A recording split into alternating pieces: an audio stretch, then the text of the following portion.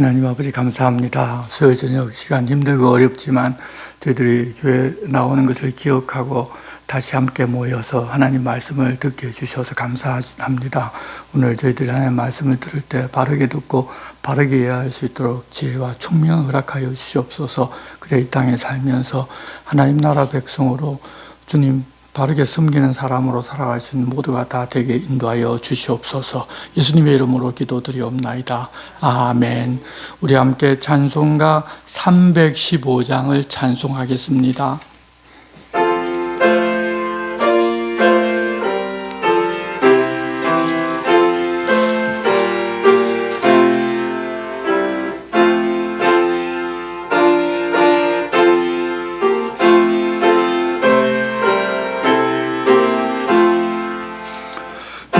주 되신 주를 참 사랑하고 곧 그에게 죄를 다 고합니다. 그는 예를 주신 내 예수시니 이전보다 더욱 사랑합니다. 주 날 사랑하사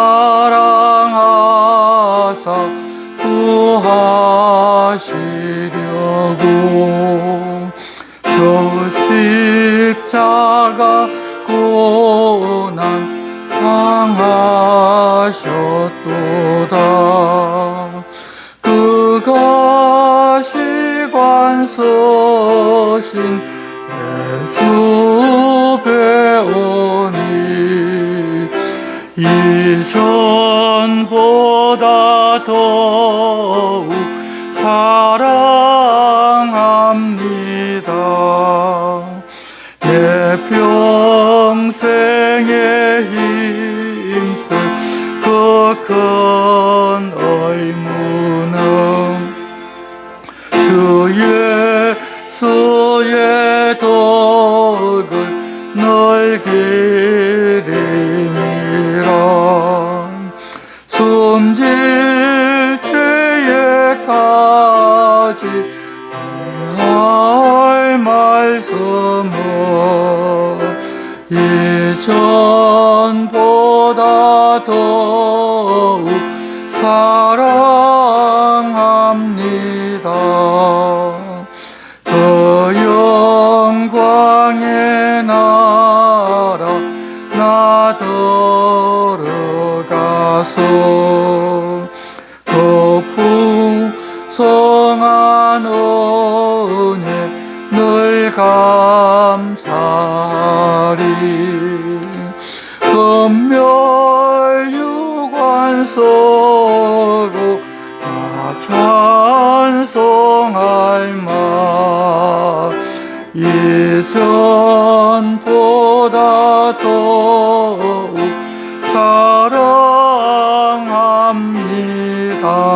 사랑합니다.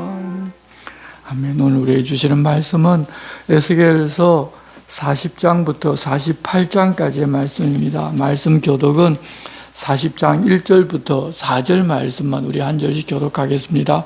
구약 성경 1214쪽 에스겔서 40장 그리고 1절에서 4절 말씀 우리가 한 절씩 교독하겠습니다.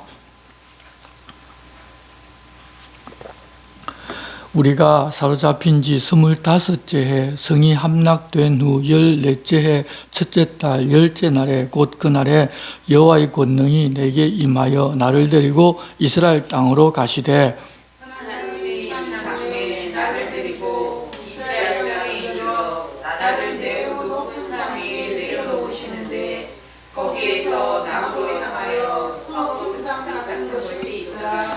나를 데리시고 거기에 이르시니 모양이 놋같이 빛난 사람 하나가 손에 삼줄과 청량하는 장대를 가지고 문에 서 있더니 그 사람이 내게 이르되 인자야 내가 내게 보이는 그것을 눈으로 보고 귀로 들으며 내 마음으로 생각할지어다.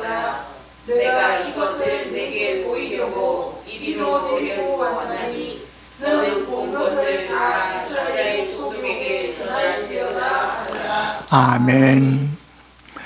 하나님과 이스라엘 백성들이 시내산에서 여호와는 그들의 하나님이 되시고 이스라엘 백성들은 하나님의 백성이 되기로 계약을 맺었을 때 만일 이스라엘 백성이 더러워지고 죄를 범하면 하나님께서는 반드시 그들에게 얼굴을 숨긴다고 약속을 하셨습니다. 그 이야기는 약육강식의 세상 나라들이 가는 대로 그냥 그대로 내버려 두겠다는 그런 말씀이었습니다. 그 결과로 북이스라엘이 우상숭배하고 하나님을 떠나자 결국 그들은 아수르에 망했고 남유다도 바벨론에 망하여 극소수의 사람들만 살아서 끌려갔고 또 끌려가서도 한 곳에 함께 머무르는 것이 아니라 여러 나라에 다 흩어져 버렸습니다. 그렇지만 하나님께서는 하나님의 백성들을 그렇게 만든 나라들과 주변 나라들을 심판하여 그 이름도 기억하지 아니하도록 하겠지만 이스라엘 백성들은 끌려간 그곳에서 일을 행하는 분이 여호와 하나님이신 줄 알고 고향 땅으로 돌아오게 해주겠다고 약속하셨습니다. 그들이 여전히 하나님 앞에 신실하지 못할지라도 그런 조건을 따져서 그 조건에 그들이 만족하니까 이제 너희들 돌아가도 되겠다 해서 그들을 회복시켜 주신 것이 아니라 하나님의 백성이기 때문에 그냥 회복시켜 돌아오게 하고 또 성령으로 그들의 마음을 부드럽게 해서 하나님을 찾게 해주겠다고도 하나님은 약속하셨습니다. 그렇게 하시는 것은 하나님께서 스스로 자기 이름을 위하여 자기의 거룩함을 드러내기 위해서 그러는 것입니다. 그들이 하나님의 백성이라는 그 이름을 가지고 있기 때문입니다. 그러면서 하나님께서 생각하고 꿈꾸는 것이 있으셨습니다. 포로로 잡혀갔던 이스라엘 백성들에게 은혜를 베풀어 자기들은 독립을 위해서 고향으로 돌아가기 위해서 한 일이 아무것도 없는데 그렇게 하나님께서 은혜로 돌아가게 해주셔서 돌아가게 되면 그때부터는 하나님을 알고 하나님을 바르게 섬기면서 살지 않을까 하는 그런 기대를 갖고 계셨습니다. 그래서 그들이 이런 모습의 성전도 예루살렘에 건축하고 이제 여호와 하나님을 주인으로 삼고 함께 살아보자는 말씀을 하셨습니다. 그 내용을 에스겔에게 계시로 보여주고 알려주셨습니다. 그런데 문제는 하나님께서 그들을 은혜로 해방시켜서 예루살렘으로 돌아가 살게 해주셨지만 이런 꿈을 가지신 하나님의 기대대로 살지를 아니하고 예전에 살던 모습으로 돌아가서 예전처럼 살았다는 것입니다. 그래서 하나님께서 그렇게 기대하셨지만 이런 모습의 성전을 짓지를 못했습니다. 그러면서 암흑기가 오고 예수 그리스도께서 오셔서 예전에 이스라엘 나라로 세상에 보여주는 그 구약의 약속이 끝이 나고 새 언약으로 하나님의 나라인 교회를 세우고 그 교회를 통해서 온 세상에 복음을 전하는 새로운 역사가 전개됩니다. 그러다 보니 이렇게 하나님께서 에스겔에게 계시로 보여주셨는데 이스라엘 역사 속에 이런 계시의 내용이 성취된 적이 없는 것입니다. 아무리 성경을 이것 보고 저것 보고 연구를 해봐도 보고 또 봐도 하나님께서 에스겔에게 이런 모습으로 예루살렘을 꾸미고 예루살렘 성전을 꾸면서 그 안에서 하나님만 섬기고 하나님과 함께 사는 이스라엘이 되었으면 좋겠다고 말씀하셨는데 그 하나님의 소원이 이루어지지를 않은 것입니다. 여기서 우리는 하나님께서 자기 백성들과 어떤 것을 함께 하실 꿈을 꾸셨다고 하더라도 그렇게 함께 할 사람들이 준비되지를 아니하면 하나님께서 꿈꾸셨다 할지라도 이루어지지 않는다는 것을 알 수가 있습니다. 하나님께서 그냥 해주시는 것은 얼마든지 다 해주실 수가 있지만 함께 하는 것은 우리도 그것을 함께 할 수 있도록 준비되어야만 합니다. 오늘 말씀을 통해서 그것을 알고 우리가 하나님과 함께 사는 것을 준비하고 그 하나님과 함께 사는 우리가 되었으면 좋겠습니다. 40장입니다. 우리가 사로잡힌 지 25째 해 성이 함락된 후 14째 해 첫째 달 10째 날에 곧 그날에 여호와의 권능이 내게 임하여 나를 데리고 이스라엘 땅으로 가시되 하나님의 이상 중에 나를 데리고 이스라엘 땅에 이르러 나를 매우 높은 산 위에 내려놓으시는데 거기에서 나무로 향하여 성읍 형상 같은 것이 있더라. 예루살렘이 바벨론에 함락된 지 14년 1월 10일에 여호와 하나님께서 권능으로 에스겔에게 임하여 에스겔을 이스라엘 땅 높은 산으로 데리고 가셨습니다. 영으로 데리고 가셨을 것인데 이스라엘 땅 아마 예루살렘으로 데리고 가셨을 것입니다. 그런데 에스겔이 그것을 예루살렘이라고 말하지를 못하는 것은 예전에 에스겔이 본 예루살렘의 모습과는 전혀 다르기 때문입니다. 바벨론의 함락을 당할 때 이미 다 파괴되어 있기 때문에 지금 보여주시는 것은 그것과 전혀 다른 모습이에요. 에스겔이 상상치도 못하는 그런 모습이었습니다. 그래서 에스겔은 그 북쪽에서 남쪽으로 보고서 보이는 어떤 것을 이렇게 이야기하기를 시작합니다. 그곳에 도착하니 모양이 녹같이 빛난 사람 하나가 손에 삼줄과 청량하는 장대를 가지고 문에 서 있었습니다. 그 사람이 에스겔에게 말하기를 인자야 내가 내게 보여주는 그것을 눈으로 보고 귀로 들으며 내 마음으로 생각할지어다. 내가 이것을 내게 보이려고 이리로 데리고 왔나니 너는 본 것을 다 이스라엘 족속에게 전할지어다 하더라. 하나님께서 에스겔에게 무엇을 보여주려고 데리고 가셨고 에스겔은 그렇게 하나님 보여주셔서 보게 되고 듣고 알게 되면 그것을 전부 다 이스라엘 백성들에게 다 전하라는 것입니다. 무엇을 보았는지 이제 내용이 5절부터 시작될 것인데 사실 우리가 이 내용을 따라가면서 상상하기가 쉽지도 않습니다. 그래서 인터넷을 보면 상상도를 많이들 그려놓았는데 에스겔 성전을 검색하게 되면 이 내용대로 그대로 그림을 그려놓은 여러 종류 입체 그림도 있고 많은 그림들이 있으니 그것을 참고하시면 지금부터 말하는 내용이 이런 그림을 이야기하는구나 쉽게 이해할 수 있습니다.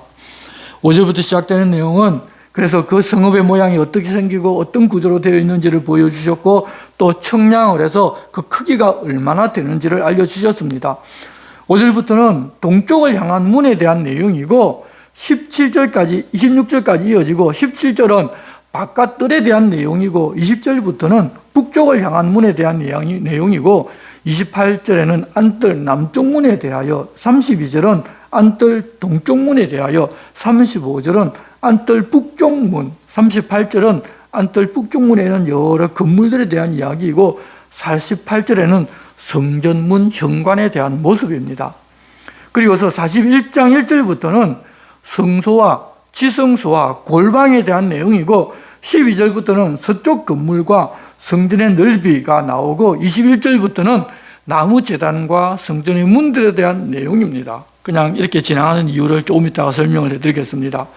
그리고 42장 1절부터는 제사장의 방에 대하여 기록을 했는데 우리가 주의 깊게 보아야 할 구절은 13절, 14절인데 그가 내게 이르되 좌우 골방뜰 앞 곧 북쪽과 남쪽에 있는 방들은 거룩한 방이라 여호와를 가까이 하는 제사장들이 지성물을 거기에서 먹을 것이며 지성물 곧 소제와 속죄제와 속건제의 제물을 거기에 둘 것이니 이는 거룩한 곳이라. 제사장의 의복은 거룩함으로 제사장이 성소에 들어갔다가 나올 때 바로 바깥들로 가지 못하고 수종드는 그 의복을 그 방에 두고 다른 옷을 입고 백성의 뜰로 나갈 것이니라 하더라.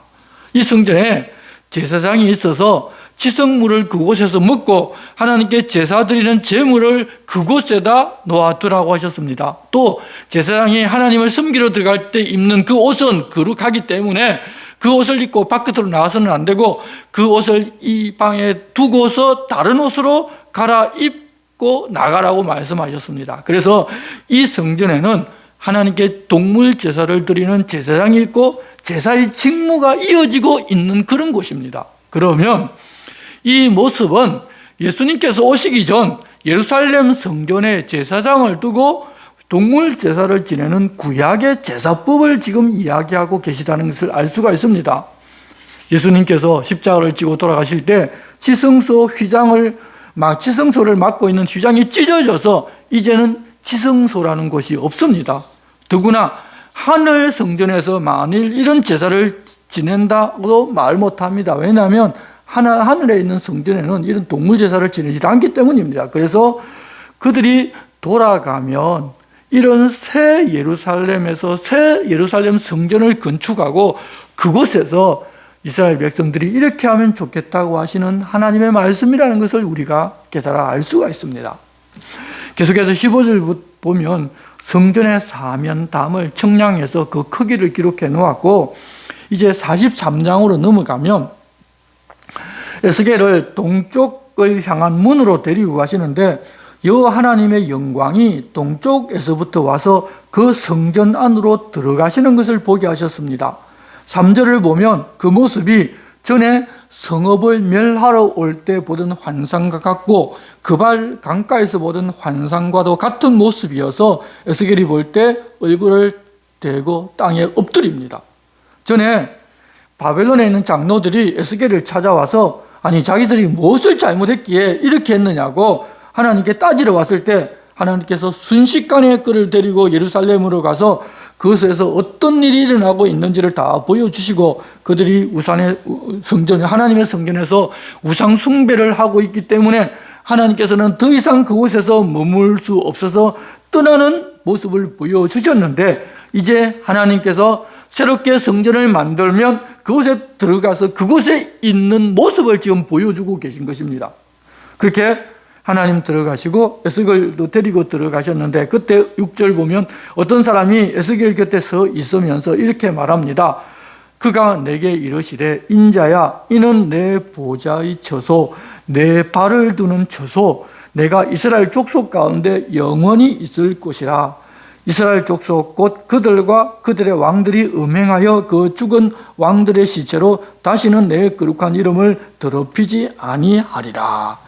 이제 여호와 하나님께서 이스라엘 족속 가운데 영원히 있을 곳이라고 알려주셨습니다. 그러면 이스라엘 족속이 아닌 민족들과는 상관없다는 이야기입니다. 그리고 더는 그곳에서 이스라엘 족속과 그들의 왕들이 음행하여 죽은 시체로 다시는 그것을 더럽히지 않게 하겠다고 하셨는데 다른 말로 하면 하나님께서 다시는 그것을 그들이 더럽히지 못하게 막아주겠다는 그런 이야기입니다. 만일 하나님께서 지금 불러주고 눈으로 보여주는 성전을 짓고 그 안에서 하나님을 바르게 섬기고 살면 말입니다. 이어서 8절 9절을 보면 그들이 그 문지방을 내 문지방 곁에 두며 그 문설주를 내 문설주 곁에 두어서 그들과 나 사이에 겨우 한 담이 막히게 하였고 또 그 행하는 가증한 일로 내 거룩한 이름을 더럽혔으므로 내가 노하여 멸망시켰거니와 이제는 그들이 그 음란과 그 왕들의 시체를 내게서 멀리 제거하여 버려야 할 것이라. 그리하면 내가 그들 가운데 영원히 살리라. 이전에는 그들이 성전을 더럽혔고 그래서 하나님께서 노하셔서 그들을 멸망시켰지만 이제는 그들이 그런 더러운 것을 멀리 제거해 버려야 하는데 그리하면 여호와 하나님께서 그들 가운데 영원히 사시겠다는 것입니다. 만일 그러면 그들이 그러지 않으면 여호와 하나님께서 그들과 그곳에서 영원히 살지 못한다는 이야기입니다. 또 여기서 영원이라고 이야기하니까 또 어떤 사람들은 하늘 성전에 대한 말씀이라고 해석하는 사람도 있는데 만일 하늘에 있는 성전이라면 그곳에서 우상숭배를 하지 말라고 할 이유도 없었기 때문에 우상숭배를 만했던 바로 그 예루살렘 성전에 대한 비유라는 것을 우리가 알 수 있습니다. 그리고 10절 인자야 너는 이 성전을 이스라엘 족속에게 보여서 그들이 자기의 죄악을 부끄러워하고 그 형상을 청량하게 하라. 에스겔에게 보여준 바로 이 성전을 이스라엘 족속들에게도 전부 다 설명해주고 보여주어서 그들이 자기들의 죄악을 부끄러워하고 그 형상을 청량하게 하라고 그렇게 말씀하셨습니다. 그리고서 11절 만일 그들이 자기들의 행한 모든 일을 부끄러워하거든 너는 이 성전의 제도와 구조와 그 출입하는 곳과 그 모든 형상을 보이며 또 그 모든 규례와 그 모든 법도와 그 모든 율례를 알게 하고 그 목전에 그것을 써서 그들로 그 모든 법도와 그 모든 규례를 지켜 행하게 하라. 조건이 지금 하나 붙어 있는데 만일 그들이 자기들이 행한 모든 일을 부끄러워하거든 하나님께서 에스겔에게 보여주신 이 성전의 제도와 구조와 출입하는 문 등 모든 형상을 다 보여주어서 그대로 만들게 하고 또 그 모든 규례와 모든 법도와 그 모든 율례를 알게 하고 그것을 써서 그들로 그 모든 법도와 규례를 지켜 행하게 하라고 말씀하셨는데 그들이 자기들이 행한 그 모든 일을 부끄러워하지 않으면 이것은 결국 지워지지 않을 것이라는 말씀입니다. 그래서 우리가 끝까지 다 읽어보면 이 성전은 이스라엘 백성들이 하나님 주고자 했는데 얻지 못한 예루살렘의 새 성전임을 알 수가 있습니다. 돌아가서도 그들은 그런 일을 부끄러워한 것이 아니라 자기가 주인 되어서 이전처럼 그대로 살기 때문입니다. 하나님께서 이런 성전을 자기 백성들에게 지어주려고 생각하고 에스겔에게 보여주고서 이스라엘 백성들에게 알려주셨는데 그들은 결국 그 마음을 돌이키지 않아서 이 성전을 만들지도 못하고 하나님과 함께 살아보지도 못합니다. 그래서 이루지 못한 하나님의 꿈이었던 예루살렘 성전의 모양이었습니다. 우리가 이것을 알고 읽어보면 되고, 사실은 우리와는 아무 상관도 없는 것이기 때문에 깊이 이 뜻을 묵상할 필요도 없고, 굳이 성전의 모양이나 구조가 어떻게 생겼는가 그것을 깊이 공부해서 아는 것보다는 하나님께서 그들에게 바라셨던 것이 무엇인지를 바르게 아는 것이 이 성경을 우리가 바르게 읽는 것입니다. 그것을 우리가 알아야 됩니다. 그래서 오늘 우리가 에스겔서 40장부터 48장까지 무려 9장 되는 것을 그냥 순식간에 막 날아가듯이 보는 것입니다. 더 중요한 것이 있지, 그 구조라든지 치수라든지 굳이 그것을 우리가 볼 이유가 없기 때문입니다. 그리고서 13절부터 보면 번제단의 모양과 크기에 대한 내용이고, 18절은 이 번제단에서 짐승을 잡아서 어떻게 하나님께 봉헌할지를 알려주는 내용입니다. 이렇게 피 뿌리는 제사는 예수님 오신 이후로는 없어졌기 때문에, 그래서 이 내용이 새로워진 성전에서 그들과 함께 싶어하시는 하나님이 이루지 못한 꿈의 성전이라는 것을 우리가 다시 한번 여기서 확인할 수 있습니다. 이제 44장은 1절, 하나님께서 성전 동쪽으로 들어가셨으니 아무도 그리로 들어오지 못할 것이니 문을 닫고서 다시는 열지 말라고 하셨고, 다만 왕은 왕이기 때문에 이 문 현관으로 들어와서 거기 앉아서 여호와 앞에서 음식을 먹고 그 길로 나가라고 말씀하셨습니다. 또 이 4절에는 에스겔을 북문을 통하여 성전 앞으로 데리고 가셨는데 성전 안에 여호와의 영광이 가득하게 찬 것을 보여주셨습니다. 그리고 환상으로 보여주는 성전의 모습과 규례와 율례를 주목해서 보라고 하셨습니다. 그리고 그들이 할례받지 아니한 이방인들을 데려왔고 하나님께 제사 드릴 때 그들을 성전에 있게 해서 가증한 일을 행하고 언약을 위반하였고 자기 직무를 다하지 아니하고 다른 사람을 시켜서 그 일을 행하였기 때문에 이제는 레위 사람들의 제사장 직분을 박탈하겠다고 말씀하셨습니다. 다만 사독의 후손들은 성소의 직분을 지켰기 때문에 하나님께 수종들게 하겠다고 말씀하십니다. 그리고 그들이 어떻게 살아야 하는지도 계속해서 알려주셨습니다. 이 내용은 그런데 레위기서에서 말씀하신 내용과 거의 동일합니다. 이제 45장으로 넘어가서 다시 그들이 유대 땅으로 돌아가게 해주면 지파별로 땅을 나누고 한 구역은 거룩한 땅으로 삼아서 여호와께 예물로 드리라고 하셨고, 그것은 성소에서 수종을 드는 제사장과 레위인들에게 주라고 하셨습니다. 그리고 왕에게도 땅을 배분해 주어서 하나님 지시하신 대로 하면 왕들이 백성들을 압제하지 않게 될 것이라고 그렇게 말씀하셨습니다. 그리고 왕은 백성을 어떻게 통치해야 되는지도 말씀하시고 6월절이라든지 7월 대속죄일에는 어떻게 해야 하는지도 알려주셨는데 이게 전부 다 레위기서에 있는 내용들을 그대로 다시 한번 알려주셨습니다. 왜냐하면 그들이 이미 율례, 법칙 다 잊어먹었기 때문입니다. 생각지도 않았는데 다시 한번 성전을, 너희들이 이런 성전을 짓게 되면 그곳에서 레위기서에 규정된 그대로 하나님께 제사를 드리면서 하나님과 함께 살자는 그런 이야기를 하고 계신 것입니다. 46장에서는 안식일과 초하루의 제사드리라고 하시면서 어떤 방식으로 하는지를 알려주셨는데, 특히 왕은 자기 아들에게 준다고 하면서 다른 사람의 땅을 빼앗아 주지 말고 자기 몫으로 배분받은 것이 있으니 그 정해진 내에서만 그 아들에게 줄 수 있다고 하나님 말씀하셨습니다. 돌아가면 완전히 새로운 이스라엘을 만드는 것입니다. 예전처럼 힘있고 왕이 권력 가졌다고 백성들의 것을 빼앗아서 자기 것으로 삼는 그런 나라가 아니라는 것입니다. 이제 우리가 잘 아는 47장 내용인데, 굉장히 부흥사들이 설교를 많이 했기 때문에 설교를 많이 들었던 내용인데, 성전 문지방에서 물이 흘러나와서 발목에 오르고 허리에 차 오른다는 말씀인데, 우리와는 상관없는 내용입니다. 그들이 하나님 앞으로 돌아와서 하나님 설계하고 보여주신 그런 성전을 예루살렘에 짓고 하나님 앞에 살 때 예루살렘 성전에서 물이 흘러나와서 요단강을 흐르고 사해 바다까지 흘러가서 그곳에 물고기가 넘치게 해주고 싶어 하셨습니다. 그런 광야지대에 사는 사람들에게 예루살렘에서 물이 막 흘러나온다면 얼마나 복된 삶을 살겠습니까? 하지만 그런 일은 일어나지를 않았고 예수님께서 오셨습니다.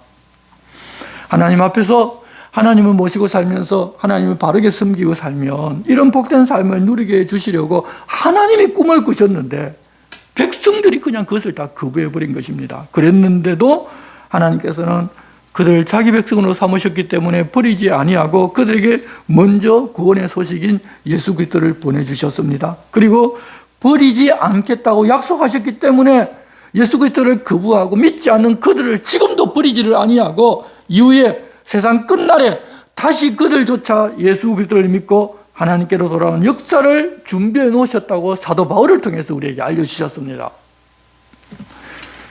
13절부터는 땅의 경계선과 분배를 말씀하시는데 하나님의 계획은 이집트 국경에서부터 그들이 땅을 차지하게 주고 싶어 하셨습니다. 그렇지만 받을 준비를 하지를 못했기 때문에 그 땅을 다 받지를 못했습니다.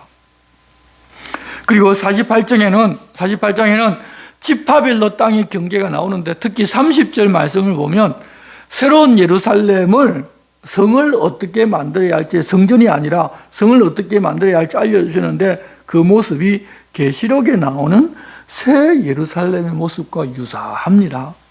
이 땅에서 하나님 나라 그 새 예루살렘에 사는 그런 천국의 삶을 살다가 영원한 천국에도 들어가게 해주시게 하는 그런 은혜를 하나님 그 자기 백성들에게 베푸실 계획을 다 세워 놓으신 것입니다. 하지만 그들은 자기들이 이전에 살았던 삶을 부끄러워하고 돌이켜 하나님 중심으로 이렇게 살면 해주겠다는 그런 약속과 계시를 다 보고 받았음에도 불구하고 결국 얻지를 못했습니다. 우리가 그래서 생각을 할 게 하나님께서 계시로 무엇을 알려주면 우리가 그것을 얻을 수 있는 삶을 살아서 하나님 주신 것을 얻어 누리면 좋은데 결국 자기가 주인 되어서 자기 중심적으로 이 세상에 속한 삶을 살면서 하나님 주시고자 하는 것을 얻지 못하는 사람들이 바로 이스라엘 백성들이라는 사실을 알려주십니다. 그렇게 하나님께서는 에스겔을 파수꾼으로 불러서 2차 포로로 잡혀 바빌론에 끌려왔지만 그때라도 돌이키면 살려주겠다고 예루살렘 멸망시키지 않겠다고 약속도 주시고 결국 망하지만 그래도 돌려보내서 이런 새 성전도 지어서 한번 새롭게 하나님 중심으로 하나님의 주시는 복을 누리는 그런 나라를 만들어 보자고 하나님 그렇게 하셨지만 끝내 이 하나님의 꿈은 이루어지지를 않았습니다. 우리들도 하나님께서 우리에게 주신다고 약속하신 것이 정말 엄청나지만 우리가 하나님 부탁하신 삶을 살지를 않아서 그 약속을 누리지 못하는 경우가 대부분입니다.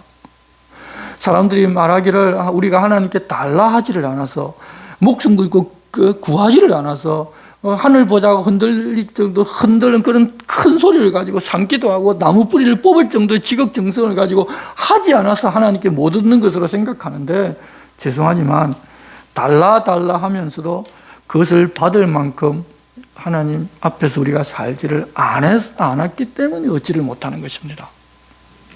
에스겔서를 보면서 하나님께서 그렇게까지 이스라엘을 사랑하셨는데 그것을 거절하는 사람들이 바로 이스라엘 백성들이고 그래서 결국 진노를 불러왔고 그런데도 하나님이 여전히 사랑하여 이 좋은 것을 주고 싶어 하셨는데 이것도 거절하고 이후에 예수님까지도 거절하였는데 그래서 다 버려진 것 같았는데 그래도 버린 것이 아니라 잠시 버린 것처럼 내버려 두었다가 말세가 되면 다시 하나님께로 돌아오게 하는 그 하나님의 마음을 우리도 좀 알았으면 좋겠습니다. 그런 하나님이신데 이스라엘 백성들은 하나님께서 그런 분이라는 건 생각지도 아니하고 그저 자기 중심적으로 신앙생활하면서 여전히 자기가 옳고 자기가 생각하는 것이 우선이고 하나님께서 뭐라고 말씀하셨는지는 뒷전으로 여기는 사람들이 바로 이스라엘 백성들이고 또 오늘을 사는 우리들이기도 합니다. 이제는 그 하나님을 알고 그 마음도 알고 우리도 하나님을 사랑하는 데까지 좀 자라났으면 좋겠습니다. 그래서 비록 세상에서 보잘것없는 우리지만 우리 삶을 통해서 하나하나 우리 한 걸음 한 걸음이 하나님 앞에 영광 돌려지는 그런 걸음이 되고 하나님을 기쁘시게 하는 그런 사람이 되었으면 좋겠습니다. 정말 하나님 부탁하시는 그런 삶을 사는 우리들 모두가 됩시다. 부족하지만 하나님 성령께서 우리를 그렇게 인도하고 계십니다. 하나님 그러자고 부탁하십니다. 기도하겠습니다. 하나님 아버지, 하나님과 약속을 맺고 그 약속을 지키기만 하면 세상에서 가장 뛰어난 민족이 되어 복을 누리며 그렇게 사는 모습을 통해서 하나님을 온 세상에 선전하는 제사장 민족이 되었지만 그 사명을 감당하지 못한 이스라엘을 보았습니다. 그럼에도 불구하고 자기 백성으로 삼으셨고 하나님의 이름을 그들이 가졌기에 하나님께서 자기 이름을 위하여 그들을 구원하고 회복시켜 주겠다고 약속해 주시고 또 그들에게 주시는 것도 보았습니다. 그런 하나님을 우리도 섬기고 사는데 우리 역시 그랬던 이스라엘 백성과 다르지 않게 살아갑니다. 하지만 이제는 하나님 어떤 분이신지 무엇을 원하시는지를 알고 이제는 하나님의 기쁨이 되어 살아가는 사람들 되게 도와주시옵소서. 먼저 그의 나라와 그의 의를 구하면 세상 사람들이 구하는 세상 것 걱정하지 않고 살아가겠다고 하게 해주겠다고 약속을 하셨기에 우리는 그 약속을 붙잡고 하나님의 나라와 하나님의 의를 구하는 모두가 되게 하여 주시옵소서. 예수님의 이름으로 기도드리옵나이다. 아멘. 우리 함께 찬송가 435장을 함께 찬송하겠습니다.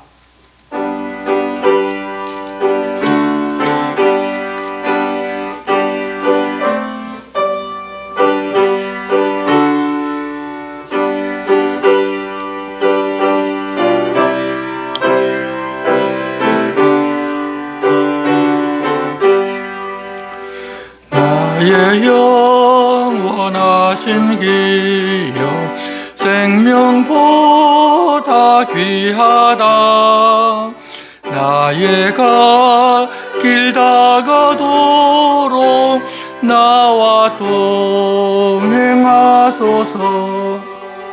주께로 가까이 주께로 가오니 나의 갈 길 다가도록 나와 동행하소서. 세상 복이 아니람과 모든 명예 버리고 험한 길을 가는 동안 나와 동행하소서. 주께로 가까이 주께로 가오니 나의 갈 길 다가도록 나와 동행하소서. 어두운 골짜 지나가며 험한 바다 건너서 천국 문에 이르도록 나와 동행하소서. 주께로 가까이 주께로 가오니 나의 갈 길 다가도록 나와 동행하소서.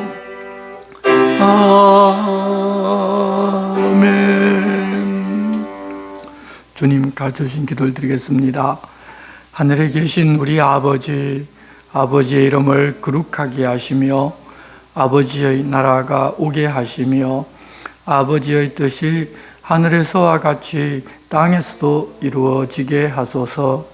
오늘 우리에게 일용할 양식을 주시고 우리가 우리에게 잘못한 사람을 용서하여 준 것 같이 우리 죄를 용서하여 주시고 우리를 시험에 빠지지 않게 하시고 악에서 구하소서. 나라와 권능과 영광이 영원히 아버지의 것입니다. 아멘.